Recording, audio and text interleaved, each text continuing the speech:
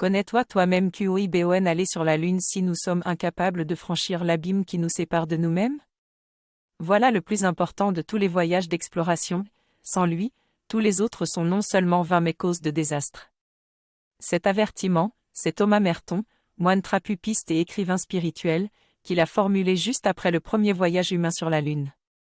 Ce voyage lunaire fascina le monde et le fit rêver, en effet, cette utopie technologique donnait des ailes à l'imagination et poussait à l'optimisme, laissant espérer que toutes les limites pouvaient être repoussées. C'était il y a plusieurs décennies, déjà, mais ces mots sont toujours aussi vrais. Il y a peu, une femme me parlait de son ex-compagnon, chef d'entreprise à qui tout réussissait, qu'il avait abandonné lorsqu'elle fut enceinte de lui. Admiré de beaucoup, cet homme n'a pourtant pas conscience de maltraiter les femmes dès qu'elles risquent d'égratigner son image. Il est évident qu'il est éloigné de lui-même, ambitieux dans ses projets professionnels, où il met en œuvre le monde entier, il ne sait pourtant pas trouver le chemin qui le conduirait à lui-même. Il ne veut pas reconnaître sa part de fragilité qu'il s'efforce de masquer par son activisme.